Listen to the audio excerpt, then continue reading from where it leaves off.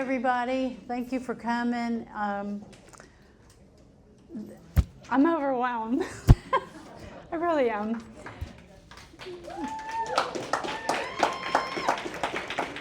The Holy Spirit speaks to me a lot, and I can feel it here tonight with you all. And I don't want to cry through this whole thing, but I love everyone, and no matter who you are, I love you. And so I want to welcome you. This is my first kickoff for my campaign. We have a lot of work to do. We're going to get sore feet, and we're going to knock on a lot of doors. Some will be very happy to see us, and some might shut the door, but that's okay. So I do want to thank all the volunteers that came tonight that helped with this. This was a big task, and they have done an amazing job. I want to thank some special people. Michelle Jovens, she put all this together. She kept me on task. She had the whip.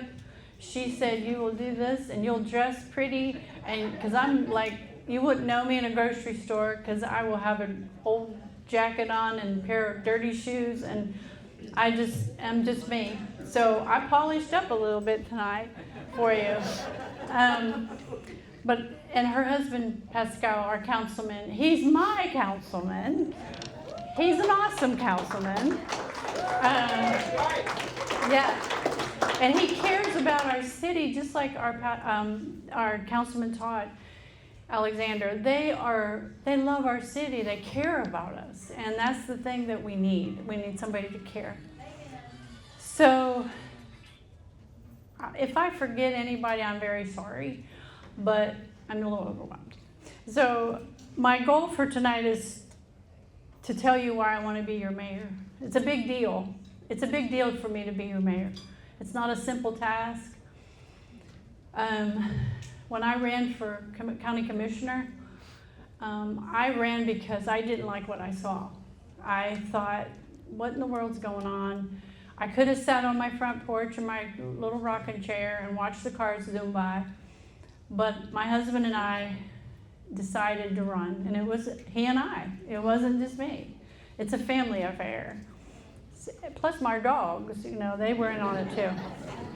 So I know that many of you probably don't have a good dialect about how to say my last name. So I made it easy. Mary for mayor. That's how I made it. So anyway, so as I was winding down my tenure for county commission, because that's up at the end of August, I spent a lot of time trying to decide what I wanted to do for the next 4 years. And I have a full-time job. I work, I'm a practitioner, I'm a nurse practitioner. I am a mental health nurse practitioner. And I travel all over the county and other counties and see patients. I have a caseload, and I love people. And I thought, well, why would I want to be mayor when I have such a good job and a good practice? Well, why wouldn't I want to be mayor? Because I need to help you. I need to help all of us.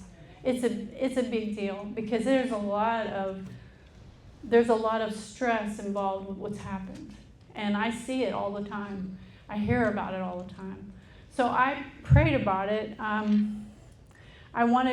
prayed about it. I asked God to give me reflection on what I needed to do, and sometimes He was like, "What?" And then it always came back, you need to do this. And it got, stronger and stronger. So I decided to run for your mayor.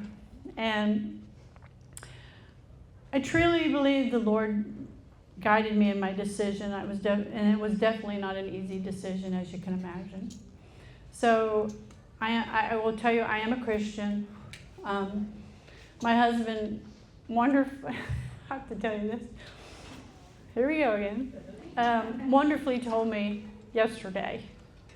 We were talking about kind of what I believe in. And he said, Mary, you are the most Christian person that I know, and you don't even have to be in a church. He said, you live it. He said, and that's what I love about you.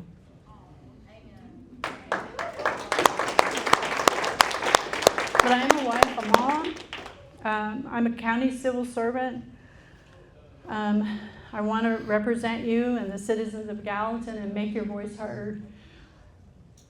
For many years, for a long time, I got really ticked because I live on Lock 4 Road and I have a big development going across from my house. And I got very angry because the administration that we had and the previous wouldn't listen. Every time there was something that would happen, we would get our people to go, we would get people to come to the meetings, and it would get deferred. Oh, we got to come back. And that was the way they did it, so that we would lose people, and then it would be very few.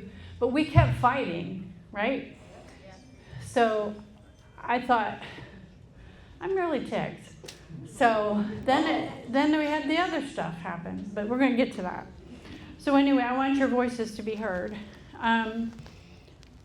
I am a Army nurse, ex-Army nurse.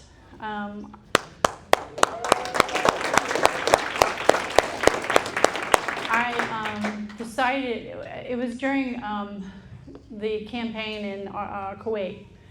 And so I wasn't married yet, and I thought, this is terrible. And so, so I thought, I need to join the military. And I went to work and I told my boss, I said, I'm joining the military, I'm going to join the Army. She goes, you're out of your darn mind. I said, no, I am not. I'm going to serve my country. The reason why is because I thought about what was going to happen. And people's children were going to be in combat. And I could sew them back together because I was an operating room nurse. I could operate on you on the street. So I was like, I got to do this. I got to take care of my babies. So I felt it was my honor to join the military and become an Army nurse.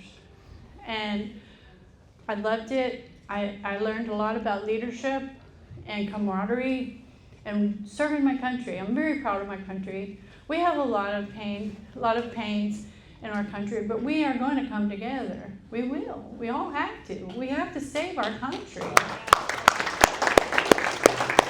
So I'm not your typical candidate, okay? I'm not afraid to face the slings and the arrows that this campaign will face. That's already started. I talked to you about my military career. I faced decisions in the military that were very uncomfortable. But because it was what you had to do to serve your country and to protect and do the things you had to do to continue to keep us a free country, that was hard. And I think it built the strength that I have now because I deal with in my practice, I deal with a lot of things that people tell me, and we need to hear each other. That's the biggest thing. And I've learned in practice that 90% of medicine is listening. You find out a lot more if you listen, okay? So, I'm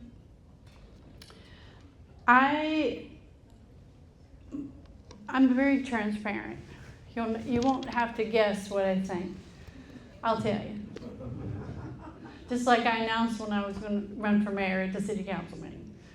Okay, so I was fighting for you, and they were wanting to do a development which made absolutely no sense. And so I went for you, and then I announced that I was running for city council. People swallowed their teeth, and I walked away and said, hey, we're doing it. So I'm not your typical candidate. I'm not your typical politician. I'll tell you the truth, okay? I won't lie to you. I'm very transparent. You can read me like a book. I think one of the other things was I have core principles, okay? I'm a Christian. I believe that you should treat each other with respect and love one another and do what's right for the community, not for your own good, not for your own purpose, but for what's good for the community, for all of you. And I think that's my core principle, is that even on the commission, I get a little riled up sometimes on the commission. I don't know if you've ever watched my commissioners that are here tonight. I probably say, oh yeah, we know Mary. So, and sometimes, you know, they don't like it, but too bad. So I believe in doing what's right. I do have a lot of integrity. I cannot be bought. I don't have to be bought. There's no reason for that.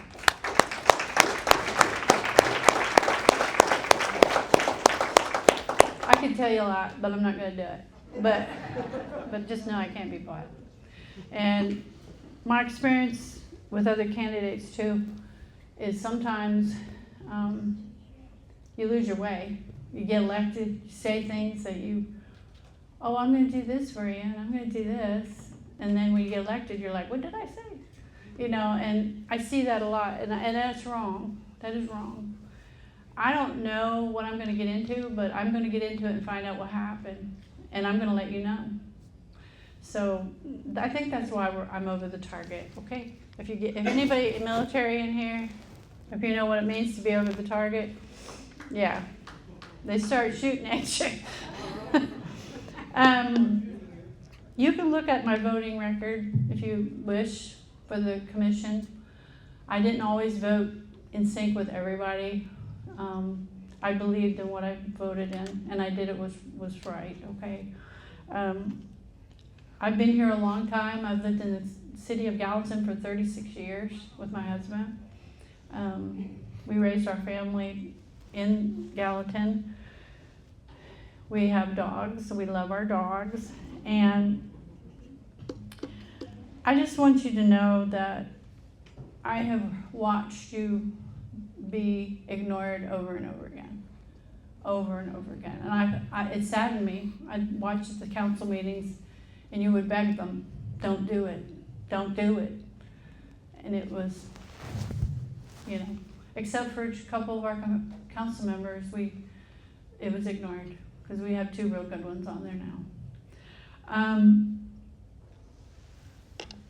I also want to hear from you. We have suggestion cards, you know, in the back, and I want to know what you are feeling and what you feel is important to you. And we're going to talk about that. We'll work through that through this time, and even when I'm elected mayor, because I'm going to be a mayor. I'm going to get elected. I'll tell you, this is a funny thing. When I was giving out my invitation cards at the city council meeting, and one of the city council members, not the ones in the room, said, "Are you really going to do this?" And I said, "Yeah." And he said, "You're not going to win." I said, "Oh, I'm going to win." And he said, and then he said it again. I said, "No, I'm going to win." And then one of the ladies that's here tonight, she was standing over to the side, and he looked at her, and she goes, "Oh, she's going to win." I'm like, so, but anyway, I need to talk to you about growth. We have a million zillion apartments. That's got to stop. Yeah. I mean, we got to stop. I don't know. I don't know who's going to be living in them, but there's a lot. And I don't understand it. I do understand it because I research things. We have, and if you look over into the World Economic Forum, this area was banked to be one of the areas for refugees. And we have those, which is fine. There's people that, I've done missionary work. I've gone to Haiti. People are in despair there. They're very poor. It's probably one of the worst countries in the world for poverty and crime. And I understand that. I get it. But we have the migration that's coming here. Apartments is not the answer. It is not the answer. That's transitory living. And when you have transitory living, that brings what? Crime. We have crime. We're getting more crime. And that's where we need to take care of our police officers. We need to take care of our police officers and our firemen. We do EMS at the county. They get good raises there, and they do good work. And we take care of them. But we got to keep taking care of them. And we got to give them the support they need. We're not going to spend $150 on decorations for Christmas when they need radios. Okay? We're not doing that. Yeah, so we're taking care of our folks. but the growth is killing the city. When I first came here, I worked in Nashville, and my biggest thing was driving back from Nashville was going to where all the farms were, Kennesaw Farms, the Fairview Plantation, all the animals. And that kind of took the stress away, seeing all that. And then as it started to evolve, I thought, this is not good because it's getting more and more and more. I think Plantation's a beautiful place. Fairview's beautiful. We have beautiful subdivisions, but we have way too much growth going on. And it's not sustainable at the rate it's going. So we need to slow it down. We got to slow down those apartment buildings. I'm just telling you. Yes, ma'am. I mean, I was telling someone here, when I went to Germany, East Germany, Poland is right on the border. And if you remember in the World War II, during the German occupation, they built barracks, apartments for people, and they all looked the same. And that was socialism. That's what they want you to live like that, so that they can control you, and we're not going to let them do it. So we got to slow this down. The other thing is, we have a lot of young people here. We need to help them. They want to live. They want to buy a house. They don't want to be 50 when they buy their first house. We got to work on that. We got to figure out a way to get that done. Not cheap houses, but nice houses. We need to do that for our young people. We got to figure that out, and I need your help. We also need to talk about, I know some of you hear about the marina. You were ticked off about the marina project. I was pretty ticked too, because I live on the lake. I've lived there. I bought my house when we bought that. Remember, John? We bought that house. It was a dump. We bought it, and we bought it for the land. It was great. We redid it, and I lived on that lake for long enough that I can watch what's going on with the water, the fishing, the boats, the contaminants in the water. And when they wanted to do that over there, and I'm going to tell you a little story about the Foxland area. Me and John are involved in that one.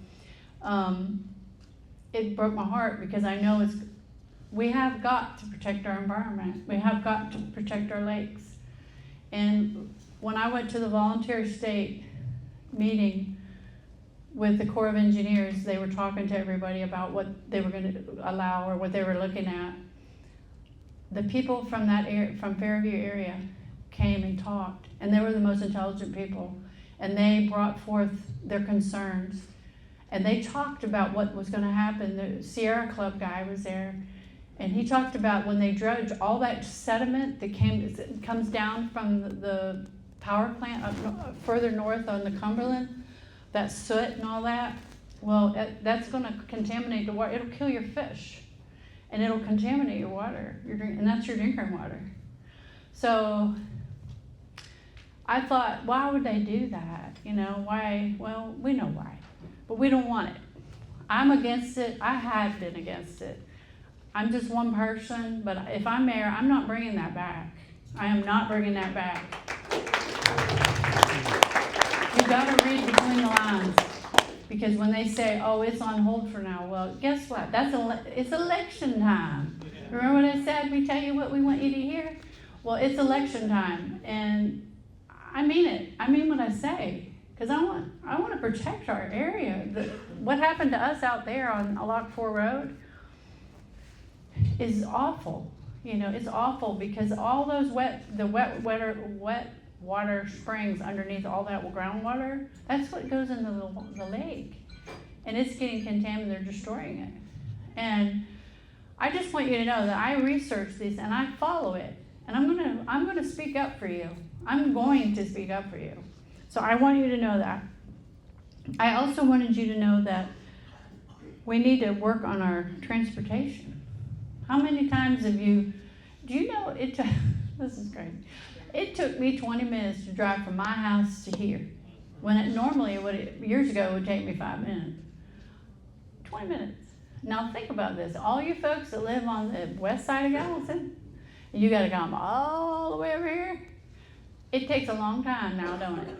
Think about that ambulance you get in if you're sick. It takes a while.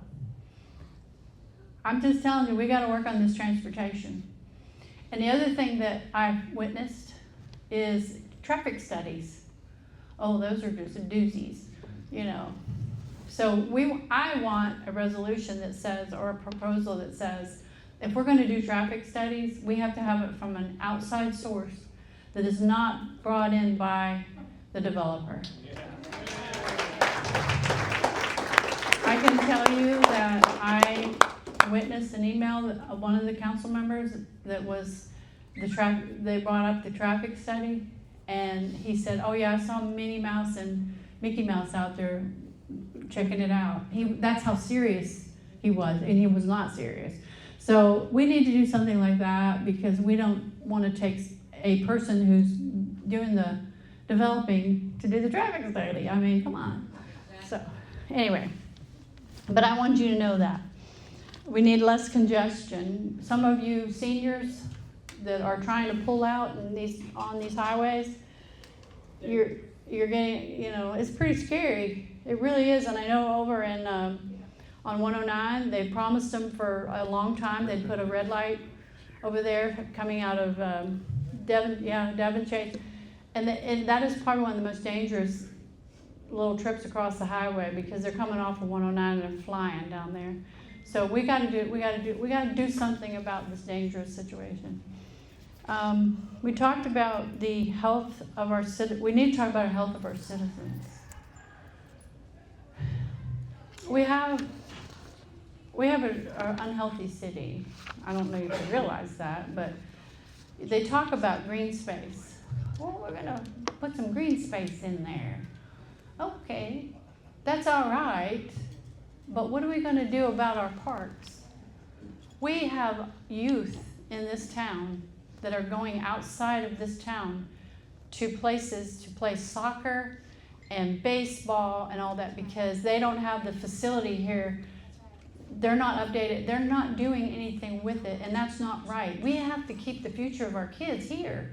We want our kids to stay in our town. We want them to be proud of what we have.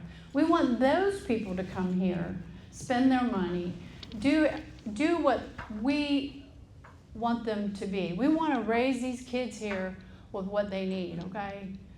The schools do a fairly good job with recreation. That, you know, we just, as a commissioner, we gave them $16 million, $20 million to build new stadiums and all that. And they're going to be fancy. But we need to take care of these kids over here. We have abandoned a lot of these places.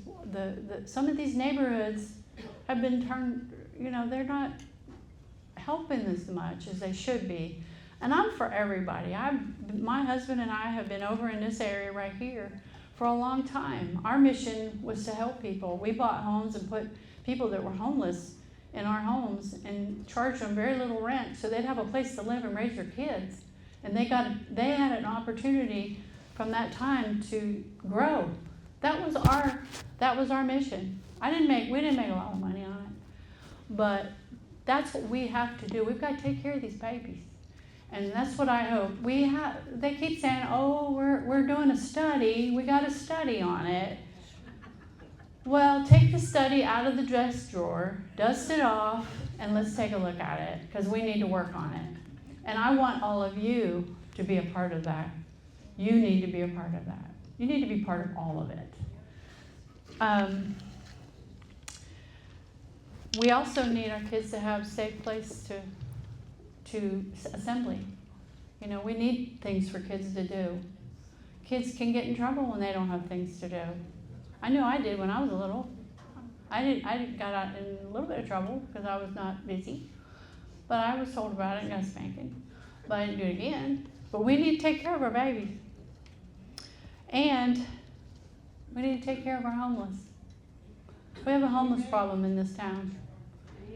Many of us don't even know that. There's people that live in cars. Walmart parking lot's one of them. People that live out by the railroad tracks, you don't see them because they don't want you to know. They like to be homeless, but they don't want to be homeless when it's 60 degrees, 17 degrees below zero. We've got to take care of these people. We need some kind of shelter, or we need to, the city of Gallatin, when I'm elected mayor, is going to have a plan that will open up a shelter for these people to go to that's safe, and they can get warm and they can get food. And we're going to help them. It shouldn't be up to the 501c and the churches to do it. We need to help too. And I mean, these are citizens as well. Take everybody. Take everybody. It don't matter. I mean, I deal with homeless patients in my practice, and they want to go get out. You know, they're out. I'm going outside. Well, okay, but we have to understand they're people too, and they just because they live somewhere different than you do, they're people too, and we need to help them. And I'm really passionate about that. And I want to recognize someone back here. Look at her turning her head like she don't know who she's talking about. Deborah Austin. You know her? Anybody know her? Stand up, Deborah. Deborah Austin is probably the only person in this town with her organization that is taking care of the homeless. And she depends on funding and a safe place. Stay warm shelter. And I love Deborah for what she does. And, you know, it saddens me that, you know, we have to go through this, but we're going to make it right. We're going to make it right. We talked about the parks. You know, we can talk about the things that we want, but we've got problems, and we've got to review them. We've got to look at them. We have a beautiful community. We really do. And we have to put partisan politics aside for this. We all need to come together. I don't care if you're a Democrat, you're a Republican, or you're independent, or you're green or purple. We need to work together. Because if we don't, we're going to end up with the same mess we got. Okay? And I need people to vote. You got to get people to vote. And I hope you'll encourage them to vote for me, because we need all the help we can get. Because we're going to be up against the establishment. We're going to be up against the machine. So I am not that. I am not that. I have been already attacked. They have said things about you that are not true. For an example, someone had mentioned that I had filed bankruptcy in Chapter 13. I thought, well, isn't that something? I didn't know anything about it. I've never done that. What that got to do with it? Right. Exactly. And then, What they got? yeah. So then, you know, I love her. I want to tell you a story. I'm going to go back. I know you're like, oh, okay, more stories. When I was 15 years old, my father was a councilman, and he was running for mayor. He was going to win. He was going to win, and he had a massive stroke during that time. And he was in Montefiore Hospital in Pittsburgh, Pennsylvania. He was in intensive care. My mother was with him, and the party that he was with wanted my mother to take him off the ballot because they didn't think he was going to survive. We didn't know that. And they berated my mother. They berated my sisters. They berated me. They told lies about my family that were terrible. And so my mother eventually took my dad off the ballot. Daddy came home, but he would not have been able to do it, but they didn't know that. So I'm doing this for my dad.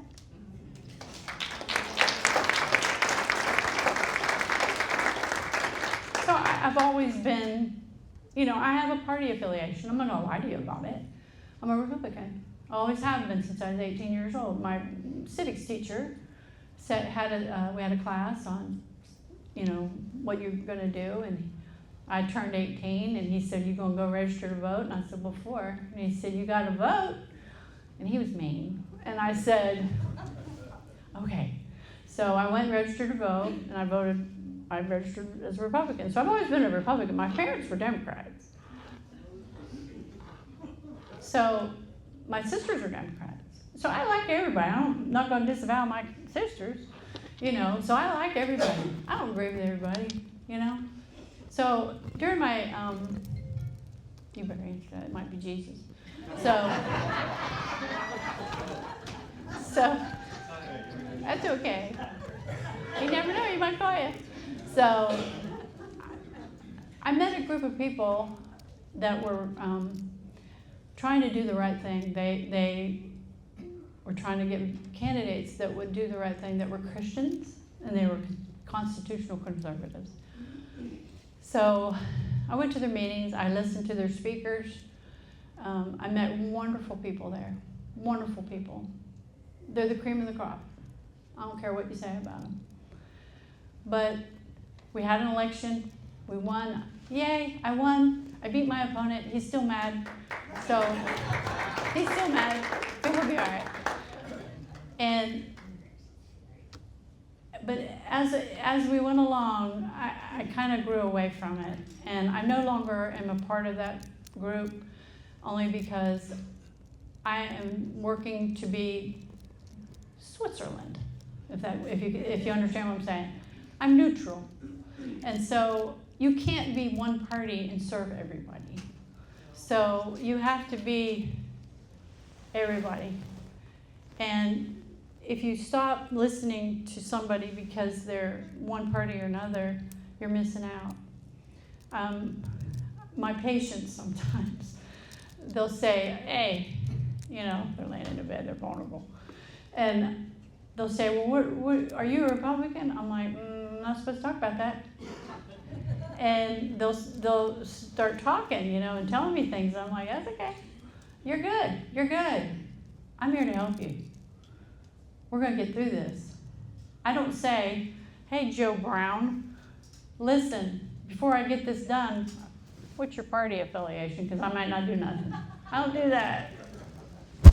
I just want you to know I'm not your regular political candidate, okay? I am who I am. You can call me anytime you want to. I've had very few calls from people when I was commissioner. People would call me once in a while and I'd tell them what to do. Very few calls because I spoke what I spoke and I said what I said. You didn't have to guess. You could email me. I've had a few hate emails, but that was okay. I just put them in my file. But I think that we need to understand that God is in control of our life. Life is precious, and we need to make the best of it. And I need you to help me make the best of this town, because we need to have a place that we can call home and we don't have to be stressed out about it every time there's a meeting for property management, or they're going to build 20,000 houses on a postage stamp.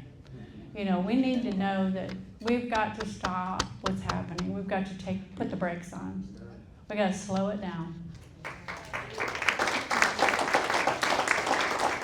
I will tell you, and I'll be very honest with you, many of you probably know about the Phoenix Project. Okay, well, it's a bird, but it's not what's happening. It's a project downtown Gallatin, and they want to build a hotel. They want to tear down this, they want to tear down that, and it's going to disrupt the business owners downtown. It's going to hurt them. I'm not going to vote for that. I'm not going to do that. That's going to cost millions and millions of dollars. And if we're going to do that, we're going to put it on the ballot. We're going to let you decide what you want. It's your town. It's your tax money, right? So I just wanted to bring that up.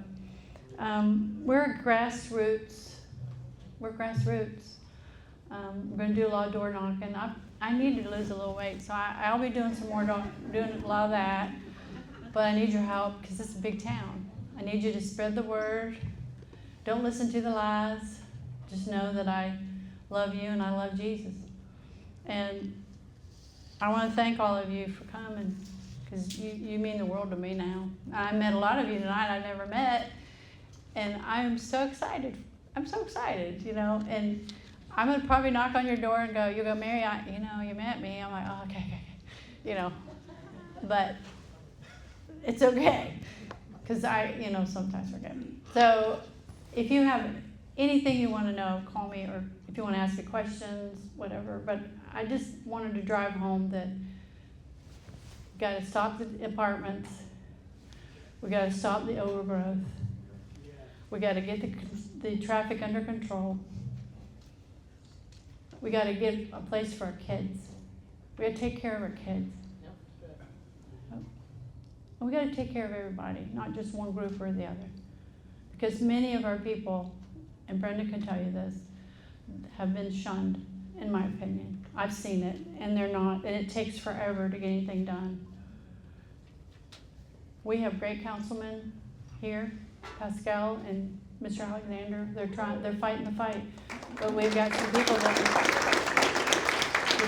we've got some people that need to be replaced on that council. So Let's call her Mary for mayor. Mayor for Mary, that's right. I wanted to make it easy. Mary, I want you to know the same that we mean all to you, mean it all to you, you mean all to us. Thank you. Thank you. That means a lot. It means a lot. Democrats for Mary. That's right. That's right. Hey, it's all good. You know, if people work together more, you know, even in our federal government, if they would stink and work together and be honest about it, what an amazing thing we would have. You know, I mean, and stop blowing our money. We could be rich people right now, but they're spending it on everything that they shouldn't be spending it on. They're taking care of themselves. We've got to stop it. And you need to get involved. I encourage you guys, any of you young people, I need you to get involved. You need to get involved with your town. Run for office. Do it. Just do it. We got one that's running for office back there, walking around. But we have candidates here tonight that are running for office. I want to introduce them because I want you to know who's running. Matt, raise your hand. Matt's running for county commissioner in what district? 12, District 12. Tim Jones, back here. Tim, raise your hand. He's District 43, and I don't know where that's at. We have Mike, raise your hand. Mike's running for school board. He's running for District 7. Yeah, he's gonna knock it out, man. He's gonna give them some.